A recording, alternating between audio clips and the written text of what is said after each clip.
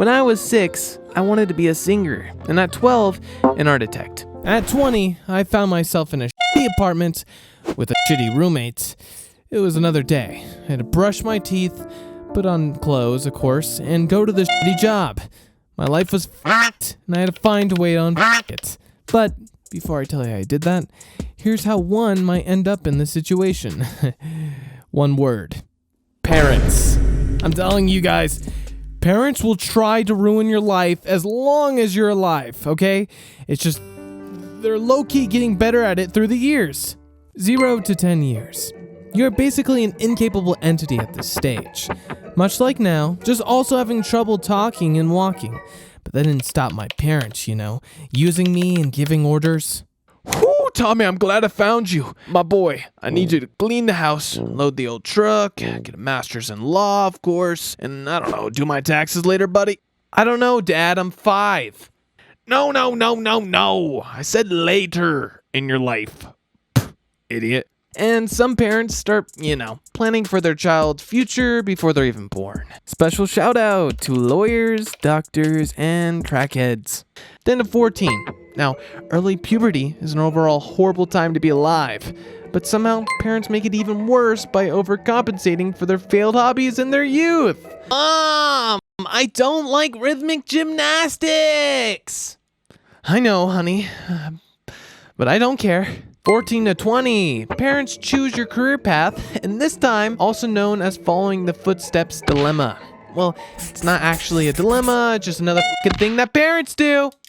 Let's just say your father is a cool and successful lawyer. He defends criminals and prosecutes the innocent. The good stuff. Now, he kind of just wants you to memorize 1,000 useless words, hang out with brat boys, and play golf because it's in the blood. 20 to 30 years. First grasps of independence. Literally grasps. This is the time when you don't have any family responsibilities. You can experiment, make mistakes, and get away with them. You're also studying accounting because your creativity will be suited for a real job, honey. Seriously, that wasn't even my choice. Like most things in my life at that stage. And to be honest, I wasn't so interested in changing how things were, My parents came from Europe. And so I was used to following their advice. I didn't even consider doing something my way. Anytime I mentioned art, they'd exchange that look. You know the one. He's going through a phase. But deep down inside, I knew it couldn't go on like this forever. And here's how I got out of this funk. I break it into 3 stages. Point 1. You have to face your problems face to face. So, back to watching motivational videos. Back to not having any motivation. I felt kind of alive, but kind of looked like a dead man walking, I'd come home exhausted and start mindlessly scrolling through social media. People living their dreams made it even more miserable. So I'd play a 2-hour-long podcast, throw a Minecraft video on top of it, deep focus playlist, and it felt like, really, I could disappear in this dopamine vibe forever. And it looks like they take a few paces and they're like ready to counterpunch or something, and then it hits. So after another day at the office, I finally hit my breaking point. Instead of numbing the buzz with YouTube, I sat down with a blank notebook. For the first time in years, I forced myself to answer the hard questions. Am I happy?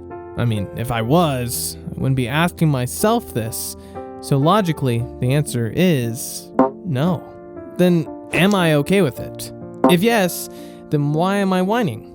I should just get on with my life and enjoy while it lasts. I wanted to be honest, so no, I'm not okay with it. The last question was, can I do something about it?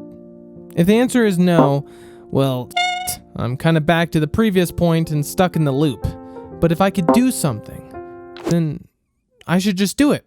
By the end of the day, I figured out a plan. Point 2. Stop waiting for the Monday. My initial plan was simple.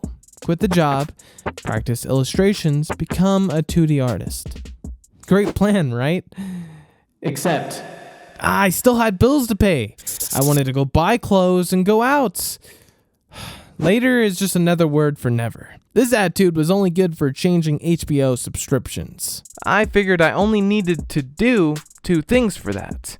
1 simple illustration every day. So, instead of scrolling through an Instagram feed, I pick up a tablet and draw. Instead of playing Minecraft streams on the side, I doodle a shiny pair of balls. Wow. Oh, and really weird thing, guys. I felt better after the first day. I'm telling you, you should try it, okay? But let's get back to the point. All of the work wouldn't matter unless I repeated it the day after, which leads me to my last point. Focus. If you don't focus on what's important now, you'll never get to where you want to be. I don't know how many times I thought that I was the next big thing. Only next day to be like, I'm a Taintless piece of shit. So I started focusing on the small steps instead. Something that would not be entirely shit at. Like, first it was the technique, then the accuracy, and then my speed. And in 3 months, I had my first freelance order in 2D illustration. I made 23 revisions, of course, and very little money. But work isn't everything, right? So what uni left me with, besides student debt, was a horde of useless friends. You know, the ones that just kind of hang out because everyone else is there. And when I started working on my illustrations, I realized I had no time nor energy for stupid friends. So I shut everyone down. Like literally, everyone. For half a year, I spoke exclusively to my parents and my beautiful girlfriend. Some friends got mad, some didn't even notice I was there. Some kind of got my vibe and stayed away. In times like these, how does it feel to be an antisocial bitch? Better than ever. I mean, I have no toxic people around me, and I can control my distractions, which allows me to focus on what really matters in the moment. Now, when you finally feel like your life is on track, you can actually start to enjoy it a little more. Travel a bit, save up some money, maybe even start your own family. Plus, your parents are not annoying anymore. But they're actually gonna die soon, so it's okay. Although they left a will. Dear son, we decided to leave you our old summer house, but only if you were to do the following, of course. Become a neurosurgeon, donate 100K to a dog shelter, and just marry Natalie. She's really a good girl, half if you were just to give her a chance. Really, I heard she's religious too.